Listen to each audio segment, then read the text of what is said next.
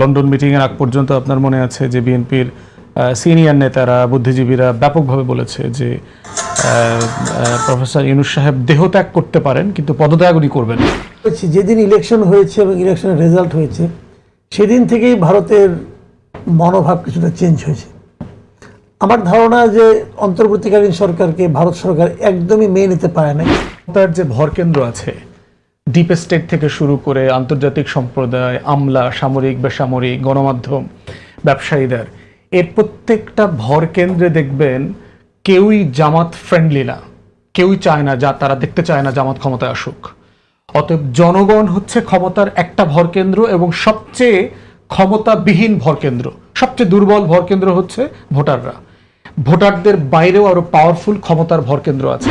ফয়সাল যদি বলে যে আমাকে অমুক নেতা বলেছে, অমুক দল বলেছে, অমুক দল টাকা দিয়েছে, বলেছে তুমি এটা করো, তাহলে আমার নির্বাচনটা পেয়েছে, 200 মুখ দিয়ে বলে। এখন আবার একটা তো মাথায় রাখতে হবে, ওই লোকটা কিন্তু খুনি। খুনির কথায় কি আপনি বিশ্বাস করবেন? তথ্য প্রমাণ ছাড়া তথ্য খুনি তো বলে দিল, জানো আমার নামে করে দিল, পাঁচকে বলো আবার টাকা দিছে, হাদিকে মারো, আপনি বিশ্বাস করবেন?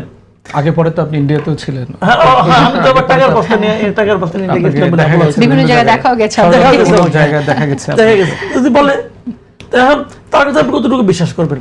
কিন্তু যদি তার মুখে বলানো যায়, এটা নিয়ে কিন্তু রাজনীতি হবে রে ভাই। জামায়াত ইসলামী যে পরিমাণ ভোট পেয়েছে সেই জায়গা থেকে আপনার কাছে কি মনে হয় না যে এই ভোট পাওয়াটা নিয়ে অন্যরা যদি বলে ইলেকশন ইঞ্জিনিয়ারিং হয়েছে, সেটাকেও তো খারিজ করা যাবে না? অনেকে বলছে যে ইঞ্জিনিয়ারিং হয়েছে কিন্তু সেটা জামাতের পক্ষে হয়েছে। তার যে পার্টি পজিশন, সেটা তো সে একটা ধর্মীয় রাষ্ট্র কায়েম করতে চায়। অতএব এটা বলার ভিতরে তার তো কোনো দোষ দেখতেছি না। অতএব সে তার পজিশন একই রকম আছে।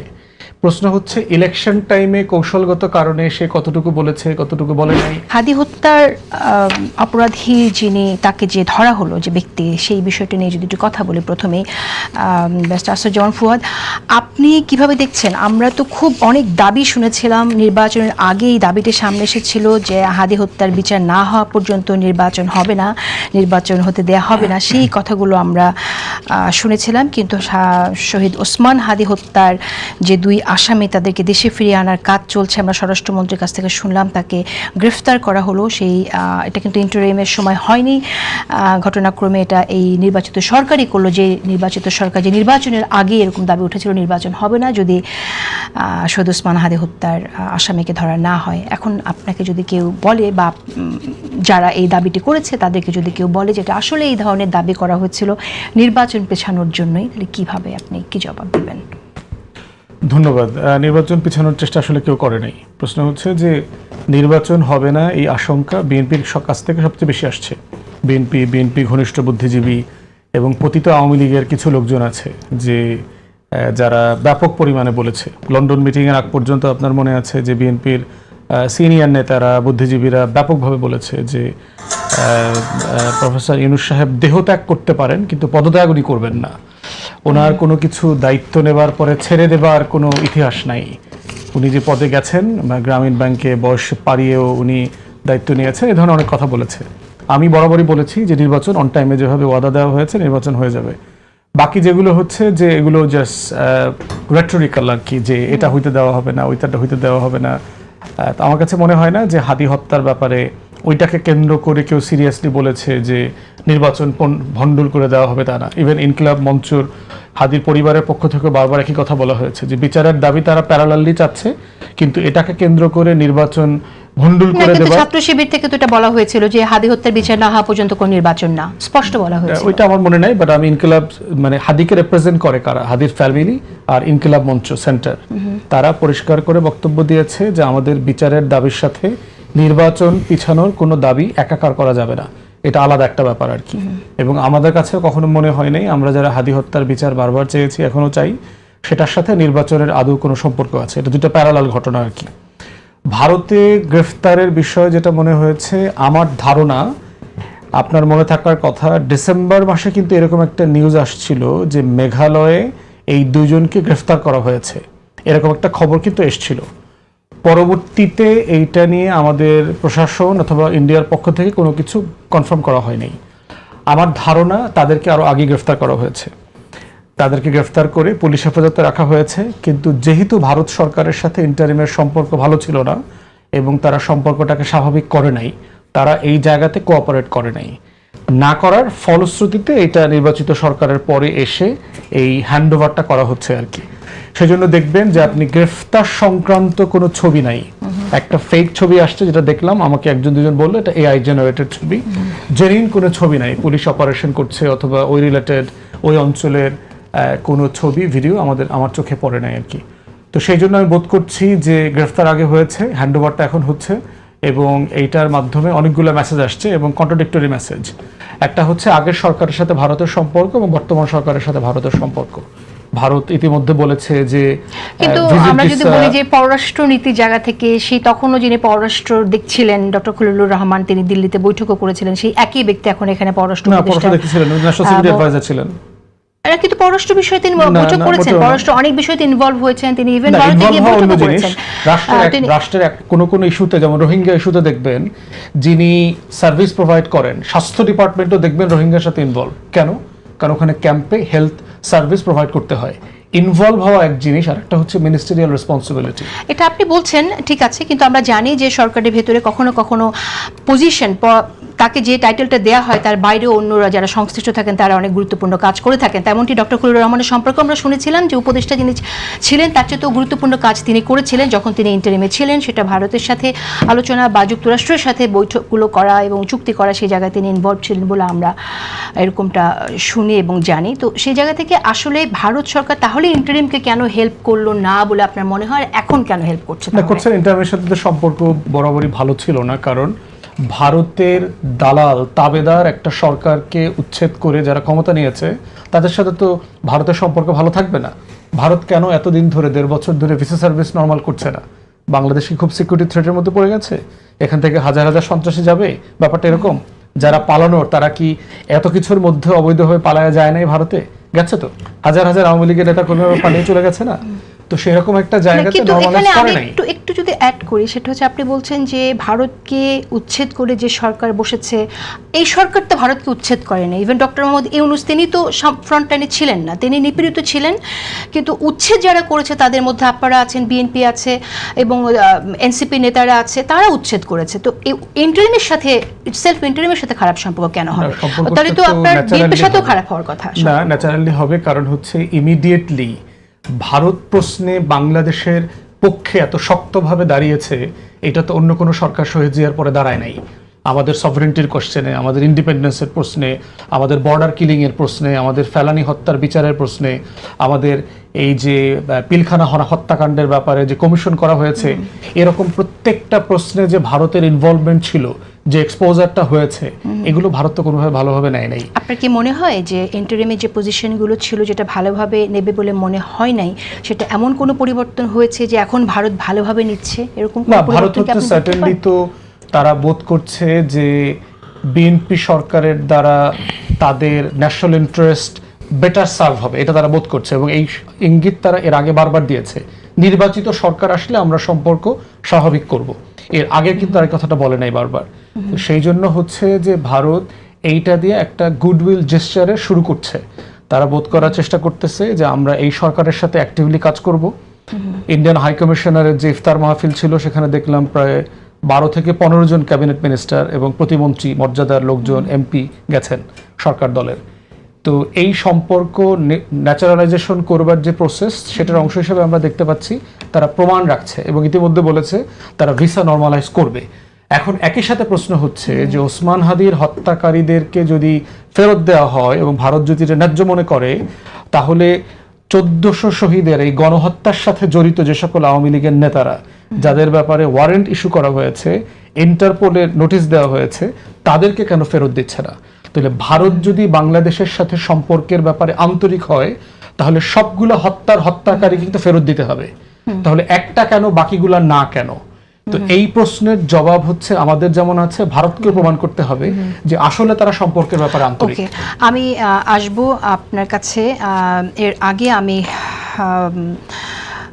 শহীদুল ইসলাম বাবুল আপনার কাছে এটা শুনতে চাই যে এখন তো দাবি উঠেছে শুধুমাত্র দুটো দাবি। একটা হচ্ছে যে ওসমান হাদি হত্যার যারা আসামি, শুধু তাদেরকে ধরলেই হবে না, তাদেরকে ফেরত আনতে হবে, তাদের বিচার হতে হবে, এবং তারকে এমনটাও সোশ্যাল মিডিয়ায় বলা হচ্ছে যে তিনি আসলে শুধু ছিলেন শুটার, তাকে কে আসলে নেপথ্যে থেকে কারা এখানে হুকুম দিয়েছে, হুকুমদাতাকে, প্ল্যানের সাথে যারা ছিল তাদেরকে বের করে আনা, এটা এই ব্যাপারে আপনি কতটুকু আশাবাদী? আর এখানে ব্যারিস্টার আসাদুজ্জামান ফুয়াদ যে কথাটা বলেছেন যে ওখানে আরও যারা পলাতক আছে, এখানে অভিযুক্ত আসামি, আমাদের এখানে বিভিন্ন গণঅভ্যুত্থানের সময় তাদের ভূমিকার জন্য তাদেরকে ফেরত আনার ব্যাপারে আপনার কতটুকু সহযোগিতা আসলে ভারতের কাছ থেকে পাবেন বলে আপনারা আশা করছেন? থ্যাংক ইউ আপনাকে, আমার প্রিয় মাসুদ কামাল ভাই, ফুয়াদ, আসাদুজ্জামান ফুয়াদ ভাই এবং দর্শক শ্রোতা সবাইকে সালাম, অভিবাদন।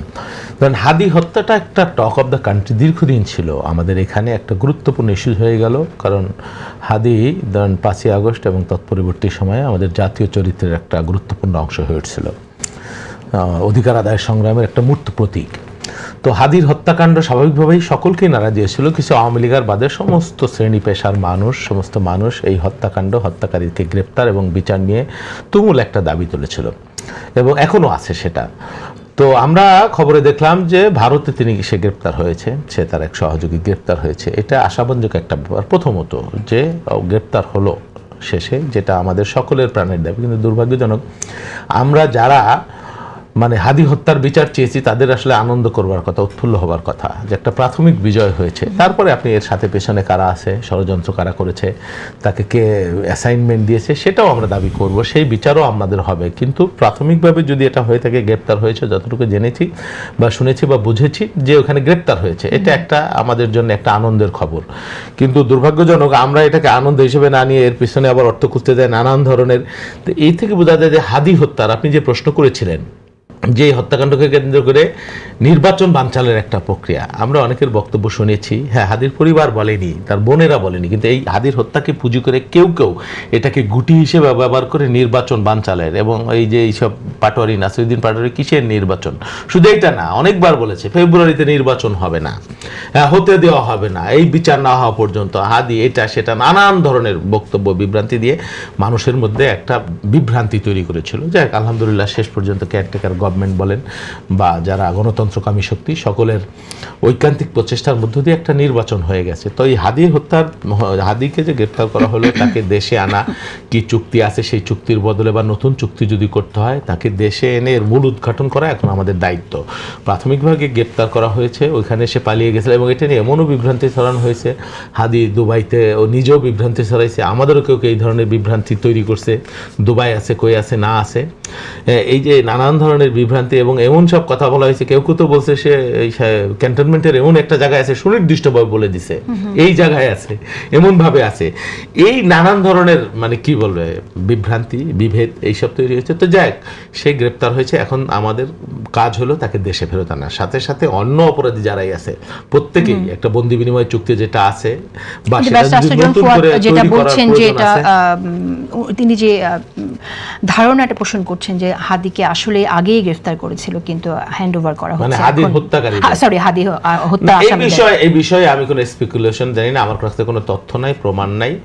তো যাই হোক, দেরিতে late is better than nothing বলে একটা কথা আছে। দেরিতেও যদি হয়, তাকে যে দেওয়া হচ্ছে, তারা ইচ্ছা করলে নাও দিতে পারতো, ইচ্ছা করলে ছেড়েও দিতে পারতো, তার কি আসে যায়, তাই না? তো আমাদের সাথে তাদের যে সম্পর্ক, তো যদি আগেও ধরে থাকে, না দিলে পরে দিয়েছে, এটাও তো মন্দের ভালো আমি মনে করছি। নাও যদি তারা দিতে পারতো, নাও ধরতে পারতো। এবং আমরা এটাও বলেছি যে এই হত্যাকাণ্ডের পেছনে তাদেরও হাত আছে, ভূমিকা আছে, এটাও তো আমরা কেউ কেউ বলেছি। তো যাই হোক, আমি সেটা মনে করছি না। আমি যেটা মনে করছি যে গ্রেপ্তার হয়েছে এবং তাকে ফেরত এনে টোটাল এর পেছনে কারা বা কারা এই অ্যাসাইনমেন্ট তাকে দিল, এই বিষয়গুলো আমাদেরকে বের করতে হবে। নিশ্চয়ই বের করতে হবে, নেপথ্যের তথ্যগুলো আমাদের জানা নিশ্চয়ই জরুরি। মাসুদ কামাল, আমি আপনার কাছে জিজ্ঞেস করি যে আপনার কাছে কি মনে হয় যে ভারত বাংলাদেশের সম্পর্ক এখন কি ন্যায্যতার ভিত্তিতে যে সম্পর্কের দাবি ছিল সেরকম একটা সম্পর্কের দিকে যাচ্ছে? আপনি কি দেখছেন, এবং যে প্রত্যাশা আছে যে ভারতে যারা এখন পলাতক আছে তাদের ফিরিয়ে আনার ব্যাপারে ভারতের সহযোগিতা, সেটা আসলে ভারত সরকার, মোদী সরকার কতটুকু করবে বলে আপনার মনে হয়? এটা আসলে বলা কঠিন। তবে একটা জিনিস কি, মানে হাদির যে হত্যাকারী হিসেবে তদন্ত রিপোর্টে যাদের নাম আছে, মানে প্রধান যে অভিযুক্ত ফয়সাল এবং তার সহযোগী আলমগীর, তাদেরকে এই সময় গ্রেপ্তারের ব্যাপারটা কিন্তু, অথবা গ্রেপ্তারের ঘোষণার ব্যাপারটা যেভাবে বলেন না কেন, আমি দুটো অপশনই মাথায় রাখছি, যে আগেও আটক হতে পারে, এখনও আটক হতে পারে। আটক হওয়া অথবা এই যে ঘোষণাটা, এটা কিন্তু অনেক কিছু ইঙ্গিত করে। এবং আমার কাছে মনে হয়েছে যেদিন ইলেকশন হয়েছে এবং ইলেকশনের রেজাল্ট হয়েছে সেদিন থেকেই ভারতের মনোভাব কিছুটা চেঞ্জ হয়েছে। আমার ধারণা যে অন্তর্বর্তীকালীন সরকারকে ভারত সরকার একদমই মেনে নিতে পারে নাই, একেবারেই না। এটা কি কারণে না কারণে সেটা আমি বলতে পারবো না, কিন্তু তারা মেনে নেয়নি একদমই। নানাভাবে তাদেরকে, তাদের ব্যাপারে, তাদের বিরুদ্ধে কথা বলেছে। আবার এদিক থেকেও বলা হয়েছে নানা কথাবার্তা। এগুলোর মাধ্যমে সম্পর্কটা সহজ হয় না এবং সহজ করার চেষ্টাও কেউ করে নাই। কিন্তু নতুন সরকার আসার পর আমার কাছে মনে হচ্ছে ভারতের অ্যাটিটিউডের মধ্যে একটু চেঞ্জ আসছে।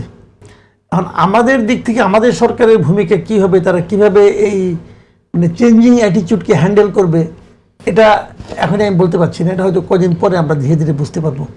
এবং সেই চেঞ্জিংয়ে তাদের দিক থেকে চেঞ্জ হয়েছে, তার প্রথম নমুনা হলো হাদির হত্যাকারীকে, হত্যাকারী মানে হত্যা অভিযুক্তকে গ্রেপ্তার করতে পারা। এবং গ্রেপ্তার করার পর তারা কিন্তু তাদের আইনে তাকে আদালতে তুলছে। আদালত থেকে 15 দিনের রিমান্ডও দেওয়া হয়েছে তাকে, এবং রিমান্ডে নিয়ে তারা জিজ্ঞাসাবাদও করবে। এবং এই জিজ্ঞাসাবাদ যতদিন করবে আপনি দেখবেন বিভিন্ন সময় কিন্তু ওদের পত্রপত্রিকায় এই নিউজগুলো কিন্তু আসতে থাকবে। এখন জিজ্ঞাসাবাদে সে কী বলেছে অথবা কি প্রচার হচ্ছে, এটা কিন্তু আমরা যখন দেখব এটার উপর নির্ভর করেই কিন্তু আপনি চট করে কোনো মন্তব্য করতে পারবেন না। এগুলোও কিন্তু এক ধরনের, এখানেও কিন্তু এক ধরনের রাজনীতি থাকতে পারে। এই জিনিসটা কিন্তু মাথায় রাখতে হবে। মনে করেন এখন মানে যদি ষড়যন্ত্রের তত্ত্বের কথা বলি, বিভিন্ন ষড়যন্ত্র তত্ত্ব থাকতে পারে। কিরকম? আমি যেমন ফয়সাল করিম যাকে ধরা হয়েছে, সে তো ট্রিগারটা টিপছে ভাই। কেন টিপছে? টিপার পেছনে কে আছে? এবং এটা কবে হয়েছে আপনার খেয়াল করেন, হাদিকে মারা হয়েছে কবে? যেদিন জাতীয় সংসদ নির্বাচনের তফসিল ঘোষণা করা হয়েছে তার ঠিক পরের দিন। এবং তখন মানে এই বিচার না হলে পরে আপনার নির্বাচন হবে না, এমন কথা অনেকে বলেছে। ইনকিলাব মঞ্চও বলেছে। আমি যে এখানে যখন নাকি আমাদের ফুয়াদ ভাই বলতেছিলেন, তখন আমি গুগলে সার্চ করছিলাম, আমি ওখানে দেখলাম যে ইনকিলাব মঞ্চের পক্ষ থেকেও একটা ভিডিও আছে, সেখানে বলা হয়েছে এই দেখেন যে হাদি হত্যার বিচার না হলে কোনো নির্বাচন হবে না। ইনকিলাব মঞ্চ তারা ভিডিওতে বলেছে। তো ইনকিলাব মঞ্চ কিন্তু নির্বাচনে অংশ নেয়নি, তাদের কোনো প্রার্থীও নাই। তাহলে তারা নির্বাচন হবে না। আবার দেখলাম খেলাফত মজলিসের একজন এক নেতা, নেত্রকোণের এক নেতা, সেও বলছে যে হাদি হত্যা বিচার না হলে নির্বাচন হবে না। তো একটা দাবি ছিল যে এই একটা হাদি হত্যার ঘটনা তো মনে করেন সারা দেশকে আলোড়িত করেছে। এখন এই ঘটনার প্রেক্ষিতে একটা দাবি কিন্তু উঠেছিল যে নির্বাচনটা পিছিয়ে দেওয়া যায় কিনা, নির্বাচনটা এই মুহূর্তে না করা যায় কিনা। কিন্তু এটা খুব একটা মানে পানি পায় নাই আর কি, হালে পানি পায় নাই, যার ফলে নির্বাচনটা হয়ে গেছে। এখন সরকারও তো একটা দল আছে, তাদেরও কিছু একটা চিন্তা থাকতে পারে। আবার ইন্ডিয়ার সঙ্গে তাদের সম্পর্ক দৃঢ় করার একটা ব্যাপার আলোচনা থাকতে পারে। এখন হাদি যদি বলে যে আমাকে এটা করার জন্য অমুক দল, অমুক নেতা, হাদি না, হাদি হত্যার আসামি ফয়সাল যদি বলে যে আমাকে অমুক নেতা বলেছে, অমুক দল বলেছে, অমুক দল টাকা দিয়েছে, বলেছে তুমি এটা করো, তাহলে আমার নির্বাচনটা পেছে, যদি সে মুখে বলে। এখন আবার এটা তো মাথায় রাখতে হবে, ওই লোকটা কিন্তু খুনি। খুনির কথা কি আপনি বিশ্বাস করবেন? তথ্য প্রমাণ ছাড়া। তথ্য প্রমাণ খুনি তো বলে দিল, ধর আমার নামে করে দিল, পাঁচকে বলো আমার টাকা দিছে, হাদিকে মারো, আপনি বিশ্বাস করবেন? আগে পরে তো আপনি ইন্ডিয়াতেও ছিলেন। আমি তো আবার টাকার বস্তা নিয়ে বিভিন্ন জায়গায় দেখাও গেছে, দেখা গেছে। যদি বলে তখন তার কথা আপনি কতটুকু বিশ্বাস করবেন? কিন্তু যদি তার মধ্যে বলানো যায়, এটা নিয়ে কিন্তু রাজনীতি হবে রে ভাই। আমরা তো এই প্রশ্নটা বারবার করেছি, বিশেষ করে আমি অনেকবার করেছি, করে অনেক রকম ট্যাগিংয়ের শিকারও হয়েছি, গালিও অনলাইনে অনেক করা হয়, আপনি জানেন, যে আসলে জামাত ইসলামিক ইসলাম কায়েম করবে কিনা। এই যে কথাটা তিনি বললেন, আমরা চেয়েছিলাম নির্বাচনের মাধ্যমে ইসলাম কায়েম হবে, এটা কিন্তু জামাত বলেনি কখনো। যে কেউ কেউ বলেছে, আবার ডিনায়ও করেছে, আমরা ধোঁয়াশার মধ্যেই ছিলাম। আপনারা কি জানতেন যে জামাত বিজয়ী হয়ে ইসলাম কায়েম করবে? কারণ আপনারা তো জোটে ছিলেন। জামাতের ঐক্যবদ্ধ বাংলাদেশ জোটের যে ম্যানিফেস্টো, সেখানে এই ধরনের কোনো বক্তব্য আসে নাই আসলে। বাট দল আকারে জামাত তো একটা ধর্মীয় রাজনৈতিক দল, এবং সে এবং আরও যারা তার মতো ইসলামিক রাজনৈতিক দল আছে, তাদের তো এটা বক্তব্য খুব পরিষ্কার, তারা ইসলামী রাষ্ট্র করতে চায়, তাদের এজেন্ডাতে আছে। বাট ইলেকশন ম্যানিফেস্টোতে এইবার ইসলাম প্রতিষ্ঠা করা, শরিয়া কায়েম করা, এই ধরনের কোনো বক্তব্য আমার চোখে পড়ে নাই আর কি। ওকে, কিন্তু আপনি বিষয়টা কতটুকু কনভিন্স? এটা তো সামনে যেহেতু জামাত ইসলাম বিরোধী দল, আগামীতে এই রাজনীতিটা, এই আলোচনাটা ইসলাম বিরোধী দল থাকবেই। ইসলাম মানে জামাত ইসলামী ইসলামপন্থী দল, ইসলামপন্থী দল, সুতরাং বিরোধী দল, ওইটা বলা প্রধান বিরোধী দল, এবং প্রধান বিরোধী দল যেহেতু জামাত ইসলাম প্রধান বিরোধী দল, সুতরাং জামাত ইসলামী আসলে ইসলাম কায়েম করতে চায় কিনা আগামীতে সেই আলোচনাটা আসবে। সেই জায়গা থেকে আপনার কি মনে হয় যে জামাত ইসলাম যখন ইসলামে তাদের দলের নির্বাচনী ম্যানিফেস্টো নিয়ে আসছে, সেখানে তারা ইসলাম কায়েমের কথা বলছে না, এমনকি যখন বিদেশিদের সাথে, কূটনীতিকদের সাথে কথা বলছে, তখনও কিন্তু তারা ডেমোক্রেসির কথাই বলছে, লিবারেল পলিটিক্সের কথাই বলছে। কিন্তু এই যেমনটা আপনি বললেন যে তাদের তো আসলে ইসলামী ধারণা থেকে তারা, তাদের দল ইসলাম পন্থার দল, তারা তো ইসলাম কায়েম করতেই চায়।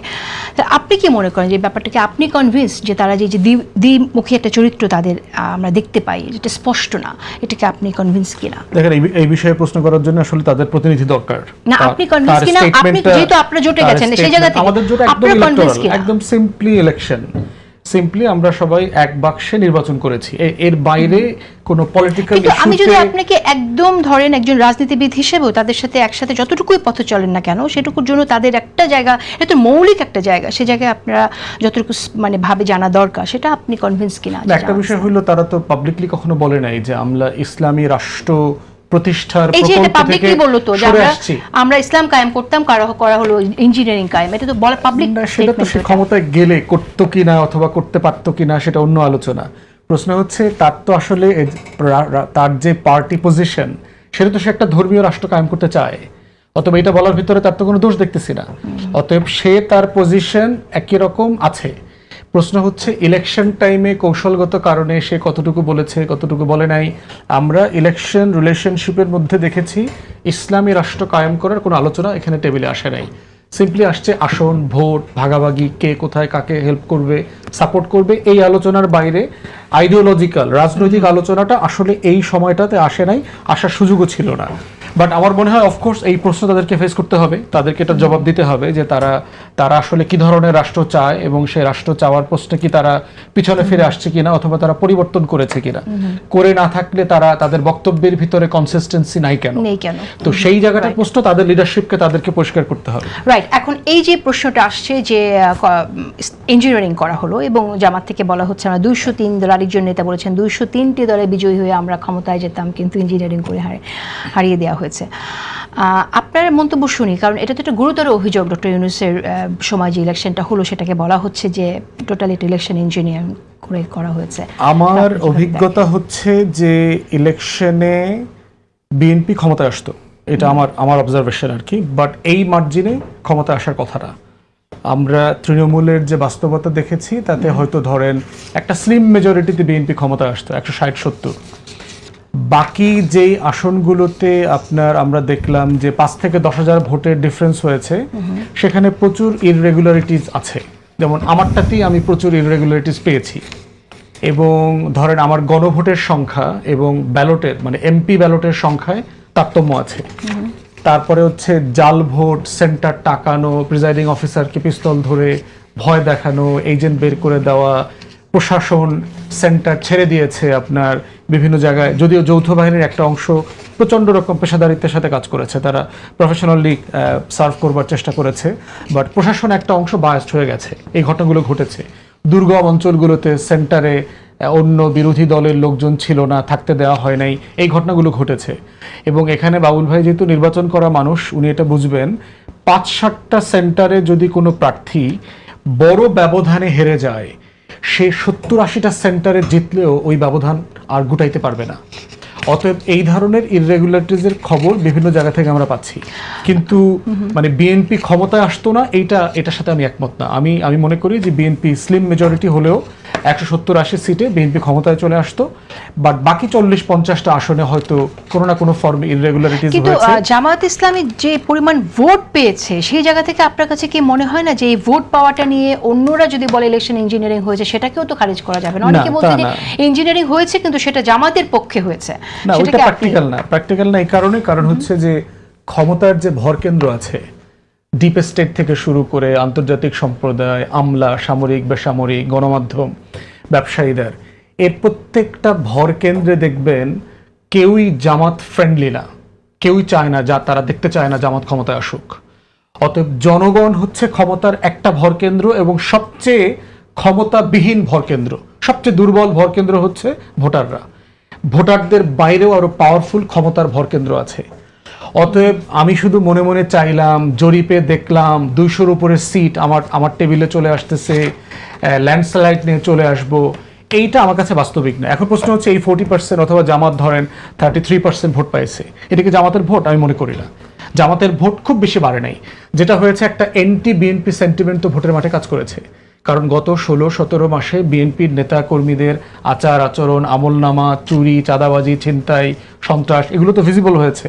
এন্টি বিএনপি একটা ক্যাম্পেইন আমরা অনলাইনে দেখেছি, এই বাস্তবতা। তো সেই জায়গাটাতে এই ভোটগুলো কোথায় যাবে? আর কোনো বাক্স তো নাই জেতার মতো বাক্স যদি কাউকে ভোট দিতে হয়। এবং এই রাজনীতিটাই তো আমরা গত 40 বছর দেখেছি। আওয়ামী লীগ পছন্দ না করলে বিএনপি ভোটের কথা বলছেন, এন্টি আওয়ামী যে ভোটটা, সেই ভোটের কথা তো বললেন না। সেই ভোটটা কোথায় গেল? না, সেই এন্টি আওয়ামী লীগ তো এখন সবাই আমরা। জুলাই গণঅভ্যুত্থানের পরে যেটা হয়েছে, বাংলাদেশে বিএনপির যে এক্সক্লুসিভ পলিটিক্সের জায়গা সেটা তো আর নাই। এবং পাশাপাশি যে আওয়ামী ভোটটা, সবাই তো বিএনপি। এবং আওয়ামী ভোটটার কথা আপনি বলেন। আওয়ামী লীগ ভোট হচ্ছে আপনার মানে স্কয়ারলি বিভিন্ন জায়গায় চলে গেছে প্রোটেকশন সাপেক্ষে। যে যে এলাকাতে যে দল যাদেরকে নিরাপত্তা দিতে পারবে, শেল্টার দিতে পারবে, বাজারে ওঠার অধিকার দিবে, দোকানপাট খুলতে দিবে, মিথ্যা মামলায় হয়রানি করবে না, তারা সেই দলে গেছে নিরাপত্তা সাপেক্ষে। যেখানে বিএনপিতে যাওয়া সেখানে বিএনপিতে গেছে, যেখানে জামাতে যাওয়া সেখানে জামাতে গেছে। এটা মানে আপনি কোনো একদম সিঙ্গেল বক্সে ফেলতে পারবেন না যে পুরোটা ওইদিকে চলে গেছে। আমার সেটি ঘটনা আমি আপনার কাছে একটু জানতে চাই যে আপনি কিভাবে দেখছেন। আমরা দেখলাম যে নিষিদ্ধ সংগঠন ছাত্রলীগে জড়িত থাকার অভিযোগে ঢাকা বিশ্ববিদ্যালয়ের রাহিদ খান পাভেল নামে একজন ছেলেকে, একজন শিক্ষার্থীকে মারধর করা হয়েছে। এখন এটা নিয়ে প্রশ্ন আসছে যে তাকে যে মারধর করা হচ্ছে, এটাকে ব্যাপারটা কি এরকম কিনা যে আগে যেমন শিবিরকে একটা শিবির ধরে জবাই কর স্লোগান, এখন কি এরকম দিকে যাচ্ছে কিনা যে একটা ছাত্র মানে লীগ ধরে ধুলাই করে, এরকম বিষয়টা ওইদিকে যাচ্ছে কিনা? মানে আপনি কিভাবে দেখছেন, আসলে কি করণীয় সেক্ষেত্রে? প্রথম কথা হচ্ছে আওয়ামী লীগ ছাত্রলীগ তো এখনো মানে নিষিদ্ধ না, বাট মানে সাসপেন্ডেড কার্যক্রম। ছাত্রলীগ নিষিদ্ধ, আওয়ামী লীগের হচ্ছে আপনার বিচার ফাইনাল না হওয়া পর্যন্ত তাদের কার্যক্রম নিষিদ্ধ আছে, আপাতত স্থগিত আছে। এখন প্রশ্ন হচ্ছে যে রমজান মাস, তারাবির নামাজ চলতেছে, মানে আমার কাছে মনে হচ্ছে দুই পক্ষই বাড়াবাড়ি আছে। আপনার দুজন লোক নিয়ে ধরেন, মেয়েটা হয়তো ছাত্রলীগের রাজনীতি করে নাই, বাম রাজনীতি করছে, কিন্তু জগন্নাথ হলের যে ছেলেটা দাঁড়ানো সে তো ছাত্রলীগের পোস্টের ছেলে। সে ওখানে গিয়ে দুজন মিলে এই মাইকটা লাগানো, এসে মানে গায়ে পড়ে উস্কানি দেওয়ার মতো একটা ব্যাপার আর কি। তারপরে হচ্ছে যে সব জায়গাতে পুলিশকে ইনভলভ না করে নিজেরা এগুলোর দায়িত্ব নেওয়ার অভ্যেসটা ভালো অভ্যেস না। আমরা যেটা চাই যে কাজটা প্রভোকেটিভ, উস্কানিমূলক, কিন্তু এটা ইনভলভ করতে হবে পুলিশকে। যে পুলিশকে বলতে হবে যে তাদের এই কাজটা করবার অধিকার নাই, মাইকটা যদি সরাইতে হয় পুলিশ সরাবে। কারণ এই ধরনের সিভিল ডিসঅবিডিয়েন্সের একটা জায়গা থাকে। ফ্যাসিবাদ বিরোধী আন্দোলনে আপনি এগুলো একটা সময় পর্যন্ত করতে পারেন, কিন্তু রাষ্ট্রকে একটা সময় সেটেল ডাউন হইতে দিতে হবে। আবার এটাও সত্য যে আওয়ামী লীগ এবং ফ্যাসিবাদ প্রশ্নে তারা যেহেতু তাদের গণহত্যা, তাদের অন্যায়ের কোনো ক্ষমা তারা চায় নাই, তারা এই সুশীল নরম জিনিসগুলোর মাধ্যমে নিজেদের গুণাগুলোকে নর্মালাইজ করবার চেষ্টা করছে। শেখ মুজিব, হ্যাঁ সে তো ইতিহাসের অংশ, স্বাধীনতার অংশ, সত্য তো 7ই মার্চের ভাষণ, এটা তো একটা নিরপরাধ জিনিস। কিন্তু যে যে কারণে আওয়ামী লীগের পতন হয়েছে তার প্রত্যেকটা জিনিস হচ্ছে 7ই মার্চের স্পিরিটের বিরুদ্ধে। 7ই মার্চের বক্তব্যটা আপনি পড়েন, এখানে গণতন্ত্রের কথা বলা আছে, অধিকারের কথা বলা আছে, স্বাধীনতার কথা বলা আছে। তার প্রত্যেকটা জিনিস গত 16-17 বছর আওয়ামী লীগ ভুলুণ্ঠিত করেছে। অতএব যারা ফ্যাসিবাদ কায়েম করেছে তারা তো আসলে 7ই মার্চের পক্ষের লোক না। অতএব ঠিক সেই যুক্তিতেই 7ই মার্চকে ব্যবহার করে মুক্তিযুদ্ধ ব্যবসার নামে, চেতনা ব্যবসার নামে আবার নতুন করে আওয়ামী ফ্যাসিবাদকে নর্মালাইজ করা, বিচার না হওয়া পর্যন্ত সেটা সুযোগ দেওয়া যাবে না। এই জন্য আমার মনে হয় যে নিজেরা দায়িত্ব নেওয়ার থেকে, নিজেরা এগুলো করবার থেকে প্রশাসনকে বেশি ইনভলভ করা দরকার, যেন বিশৃঙ্খলা তৈরি না হয়।